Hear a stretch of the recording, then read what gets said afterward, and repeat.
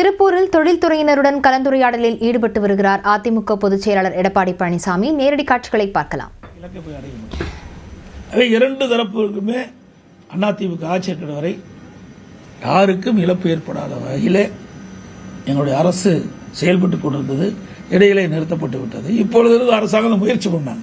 இவரெல்லாம் தடுத்து நிறுத்தினதே இன்றைய திமுக அரசாங்கம் தான். அந்த 8 வழிச்சாலை பதையே நிறுத்தப்பட்டது. இன்றைக்கு போய் எவ்வளவு முயற்சி பண்ணாங்க, கிடைக்கல. 10,000 கோடி. இதையெல்லாம் எதற்காக சொல்லின்னு சொன்னால், ஒரு உள்கட்டமைப்பு எந்த அளவுக்கு சிறக்கிறதோ அங்கதான் தொழில் வளம் பெருகும். அதே மாதிரி இங்க இருக்கின்ற தொழிலதிபர்கள் சொன்னாங்க, இன்றைக்கு அண்டை மாநிலத்தில் இருக்கின்ற முதலமைச்சர்லாம் நம்முடைய தமிழ்நாட்டிற்கு வந்து குறிப்பாக திருப்பூருக்கு வந்து பல்வேறு சலுகைகள் நாங்கள் கொடுக்கிறோம், எங்களுடைய மாநிலத்துக்கு வாங்கள், அந்த மாநிலத்திற்கு உங்களுக்கு தேவையான சலுகைகளை கொடுக்கணும் என்றெல்லாம் இங்கே குறிப்பிட்டிருக்கின்றாங்க.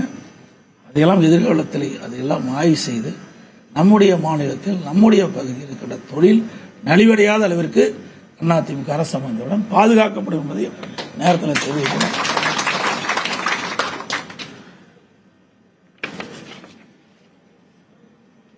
இங்கே கூட நொய்யலை பற்றி சொன்னாங்க. அதில் நொய்யலில் வந்து கழிவுநீர் கலப்பதாக சொன்னாங்க, நீர் மாசுபடுவதாக சொன்னாங்க. நான் முதலமைச்சர் இருந்த காலகட்டத்தில் நான் பாரத பிரதமரை சந்தித்து காவிரியிலிருந்து வெளியேறுகின்ற நீர் கடலிலே கலக்கின்ற வரை அந்த ஆற்றின் இரு கரை பகுதியில் இருக்கின்ற கழிவு நீர் காவிரி ஆற்றிலே கலந்து மாசுபடுகிறது. ஆகவே அதை சுத்தப்படுத்த வேண்டும். கடந்தாய் வாழி காவிரி திட்டத்தை நடைமுறைப்படுத்த வேண்டும். அது மட்டும் இல்லை, அந்த காவிரி நிதியில் உபநிதியாக இருக்குது.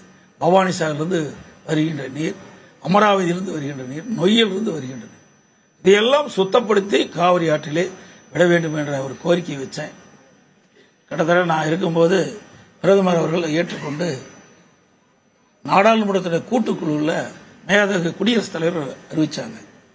நடந்தாய் வாழி காவிரி திட்டத்தை நிறைவேற்றப்படும் என்ற அறிவிப்பு கொடுத்து, இந்த அரசாங்கம் சரியான முறையில் அழுத்தம் கொடுக்காத காரணத்தால் நாங்கள் மத்திய அரசோடு தொடர்பு கொண்டு அழுத்தம் கொடுத்த பிறகு இந்த ஆண்டு முதற்கட்டமாக 1000 கோடி கொடுத்தாங்க. மொத்தம் இந்த திட்டத்திற்கு 11,500 கோடி ஒதுக்கி இருக்கிறாங்க. இந்த காவிரி நடந்தாய் வாழி காவிரி என்ற திட்டத்திற்கு 11,500 கோடி கொடுத்திருக்கிறாங்க. இதுல காவிரி கரை மட்டும் இல்ல, பவானி சாகரிலிருந்து பவானி வரை அந்த கரை இருபுறம் கரையில் இருக்கிற நகரத்திலிருந்து வெளியேறுகின்ற கழிவு நீரை சுத்தப்படுத்தி பவானி அணையிலே விடுவாங்க. பவானி